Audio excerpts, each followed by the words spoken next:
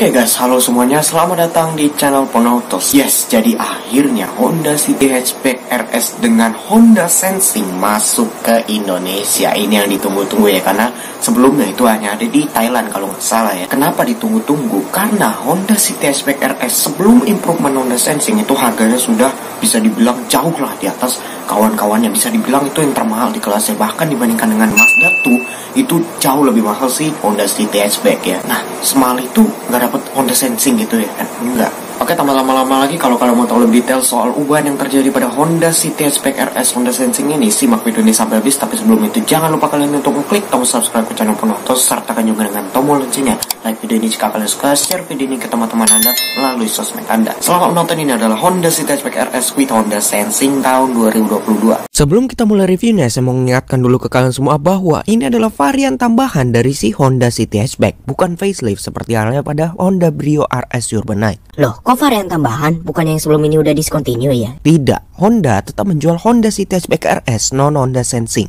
Jadi lengkap sudah ya variannya, ada yang manual, CVT non Honda Sensing, dan yang Honda Sensing ini. Range harganya cukup panjang ya, dari 336 jutaan sampai dengan 362 jutaan. Dan yang Sensing ini selisihnya 19 jutaan ya, sama yang CVT non Honda Sensing. Mahal nggak? Well, itu sih terserah kalian yang mau bilang mahal apa enggak, tapi yang pasti kalau menurut saya sih ini termasuk worth it ya. Kenapa? Karena Honda bukan hanya menambahkan Honda Sensing ke mobil ini, tapi ada beberapa fitur lainnya yang ditambahkan ke mobil ini. Pertama, untuk headlampnya sekarang dia sudah auto. Kalau yang lama kan dia belum ya. Walaupun untuk lampunya sendiri sih dia masih sama ya. Jadi lampu besar dan lampu kecil bakalan otomatis nyala jika terdeteksi keadaan di depan emang sudah terlalu gelap atau kurang cahaya. Sayangnya untuk wiper belum auto ya. Kedua, sama seperti di line up Honda lainnya, mobilnya akhirnya dilengkapi dengan Honda Lane Watch. Itu ditandai dengan adanya tonjolan pada spion kirinya. Jadi itu adalah kamera ya, yang kalau kita sen kiri atau tekan tombol yang satu ini, dia bakalan muncul kamera di head unitnya. Fungsinya buat apa? Buat meminimkan blind spot. Nah, karena dia udah ada Lane Watch, otomatis menu Lane Watch yang ada di setting set unitnya sudah tidak kosong lagi seperti di sebelumnya. Ketiga, panel instrumennya yang sekarang akhirnya sudah menggunakan layar semi LCD. Layoutnya sama persis ya kayak di Honda HR-V RS dan Accord Turbo. Tapi yang ngebedain dia dengan HR-V selain animasinya itu yaitu drive mode-nya. Dimana kalau di HR-V RS dia ada Eco, normal, dan sport. Di sini dia hanya ada Eco dan normal saja. Untuk speedometernya dia masih analog ya, walaupun ada juga sih yang digital di tengah situ. Tapi untuk takometer dan MID-nya dia sudah layar TFT, ukurannya 7 inci ya. Keempat, sekarang untuk kuncinya dia sudah lengkap dengan walkaway auto lock. Mantep ya, ini sih memudahkan banget sih ya. Dimana kalau kalian lupa mengunci mobil, cukup menjauh aja dari mobilnya asalkan kunci kalian ada di kantong kalian. Nanti mobil akan terkunci secara otomatis. Dan yang terakhir sudah pasti adalah Honda Sensing-nya, dimana itu ditandai dengan adanya satu buah kamera di atas kaca dan setirnya yang sekarang sudah full spec. Mantep ya, ini sih tombol semua loh isinya. Sekarang kita bahas satu persatu. Yang pertama, dia ada auto high beam, dimana untuk fungsinya sebenarnya sih mirip ya dengan auto headlamp. Jadi nanti dia akan ngedim secara otomatis kalau keadaan di sekitar emang udah terlalu gelap atau kalau tidak ada mobil yang berpotensi kena silau. Kedua, dia ada collision mitigation braking system yang akan otomatis ngerem jika terdeteksi akan ada kemungkinan terjadi kecelakaan seperti tabrakan, amit-amit ya. Ketiga, dia ada road departure mitigation system yang akan secara otomatis membalikkan setir ke jalur yang benar apabila mobil sudah mulai keluar jalur. Keempat, ada lane keeping assist yang akan membuat setir bekerja lebih keras demi mempertahankan mobil di tengah-tengah jalur. Dan tentunya adaptive cruise control, walaupun sayangnya dia belum low speed follow ya kayak di Honda HR-V. Jadi di saat kita sudah set kecepatan dengan cruise control ya, maka nanti dia akan secara otomatis menjaga jarak dengan mobil di depan. Kalau mobil di depan kita memelan, ya kita memelan. Kalau mobil di depan kita sudah mulai mengencang, mobil kita juga akan otomatis mengencang sampai kecepatan cruise control yang udah kita set tadi. Dan mantapnya, jika kita menggabungkan LKAS dengan ACC, maka terjadilah sistem semi otonomos. Luar biasa ya. Sisanya sih sama aja ya, mesin masih sama, eksterior masih sama, dan bahkan rem belakangnya pun masih tromol. Sayangnya kenapa nggak diganti cakram, padahal Jazz GE8 saya aja udah cakram loh. Oh ya, sama satu lagi, untuk interior ya dia juga masih sama ya. Oke, jadi itulah dia ubahan yang terjadi pada Honda City Hatchback RS with Honda Sensing tahun 2022.